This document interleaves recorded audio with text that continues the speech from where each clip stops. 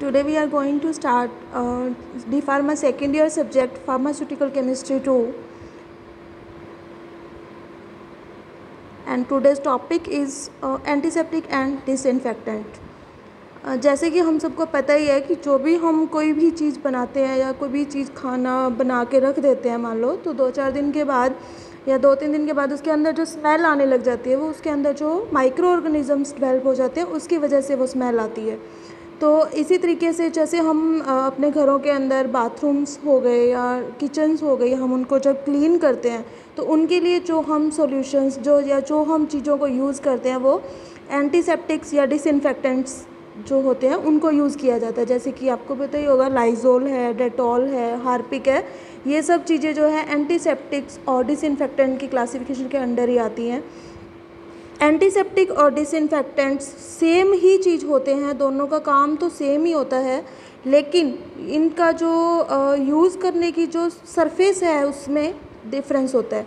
Antiseptics जो हैं वो माइक्रो ऑर्गेनिजम्स को किल करते हैं और डिसइंफेक्टेंट्स भी माइक्रो ऑर्गेनिज्म की ग्रोथ को किल करते हैं या फिर इनहिबिट करते हैं। ये दोनों ही जो माइक्रो ऑर्गेनिज्म की ग्रोथ है उसको किल या करते हैं या इनहिबिट करते हैं।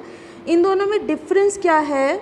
एंटीसेप्टिक्स जो है वो लिविंग टिश्यू के ऊपर काम करते हैं, जहाँ पे भी जैसे हमें अपनी स्किन के ऊपर कोई भी एंटीसेप्टिक अगर लगाना है, कहीं आपको चोट लगी है या कहीं कोई घाव हो गया है, कहीं जल गया है, उन चीज़ों के ऊपर जो हम अपने एंटीसेप्टिक क्रीम्स लगाते हैं, जैसे कि बेटनोवेट वगैरह जो आपने सुना होगा, या फिर जैसे एक बहुत ऐड आती है विको टर्मरिक, नहीं एंटीसेप्टिक, उसके अंदर जो ये वर्ड यूज़ किया जाता है वो इसी के लिए किया जाता है कि ये एंटीसेप्टिक है।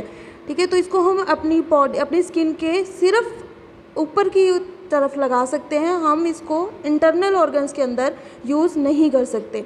लेकिन जो डिसइंफेक्टेंट्स होते हैं हम इनको सिर्फ नॉन लिविंग टिश्यूज़ के अंदर यूज़ करते हैं। जैसे कि मान लो हम अपने बाथरूम को क्लीन करते हैं या टॉयलेट्स को क्लीन करते हैं हार्पिक से या लाइजोल से, जिस भी चीज़ से करते हैं, तो ये सब कुछ जो है जिन चीज़ों को हम यूज़ करते हैं सफाई के लिए तो वो डिसइंफेक्टेंट्स होते हैं। ठीक है, तो हम इसकी डेफिनेशन करेंगे। सबसे पहले, antiseptics are the agents which prevent infection by killing और inhibiting the growth of micro organisms on the living tissue. इसके अंदर वही जो मैंने अभी बताया है कि एंटीसेप्टिक्स ऐसी एजेंट्स होते हैं, ऐसे एजेंट जो माइक्रो ऑर्गेनिज्म ग्रोथ को रोकते हैं या इनहिबिट करते हैं या किल कर देते हैं माइक्रो ऑर्गेनिजम्स को लिविंग टिश्यू के ऊपर, वो एंटीसेप्टिक्स होते हैं। और जो एजेंट्स नॉन लिविंग टिश्यू के ऊपर काम करते हैं, जो नॉन लिविंग टिश्यू के अंदर माइक्रो ऑर्गेनिजम्स की ग्रोथ को इनहिबिट करते हैं या प्रिवेंट करते हैं, तो उनको डिसइंफेक्टेंट्स कहा जाता है। उसके बाद है प्रॉपर्टीज़ ऑफ डिसइंफेक्टेंट। जो भी हम डिसइंफेक्टेंट यूज़ करते हैं हमारे घरों के अंदर, उनकी क्या क्या प्रॉपर्टीज़ होती हैं, उनको किन चीज़ों को देखने के बाद उनको एज ए एंटीसेप्टिक यूज़ किया जा सकता है। सबसे पहली उसकी जो प्रॉपर्टी है वो है इनएक्सपेंसिव, जो कि ज़्यादा कॉस्टली नहीं होना चाहिए ताकि सभी इसको आराम से यूज़ कर सके। नॉन करोसिव होना चाहिए। सोल्यूबल इन वाटर, पानी के अंदर सोल्यूबल होना चाहिए, जैसे कि हम डेटॉल वगैरह यूज़ करते हैं पानी के अंदर सोल्यूबल करने के बाद, तो इसी तरीके से ये इसकी सोल्यूबिलिटी पानी में होना बहुत ज़रूरी है। It should not cause deterioration of the object which it is applied. जैसे कि हम अपने घरों में बाथरूम में मान लो टाइल्स के ऊपर यूज़ करते हैं, तो उन टाइल्स को कोई भी अफेक्ट इसके साथ नहीं होना चाहिए। जैसे हम अपनी बॉडी में भी यूज़ करेंगे, स्किन पे करें, तो स्किन को किसी भी तरीके का जो हार्मफुल इफेक्ट है इससे नहीं होना चाहिए। It should not be harmful to human beings. तो ये जो हम अगर ह्यूमन बींग्स अपने ऊपर यूज़ कर रहे हैं तो इसका कोई भी साइड इफ़ेक्ट ह्यूमन बींग्स के ऊपर नहीं होना चाहिए। इसकी बहुत अच्छी खुशबू होनी चाहिए, अगर खुशबू अच्छी होगी तभी हम इसको यूज़ कर पाएंगे।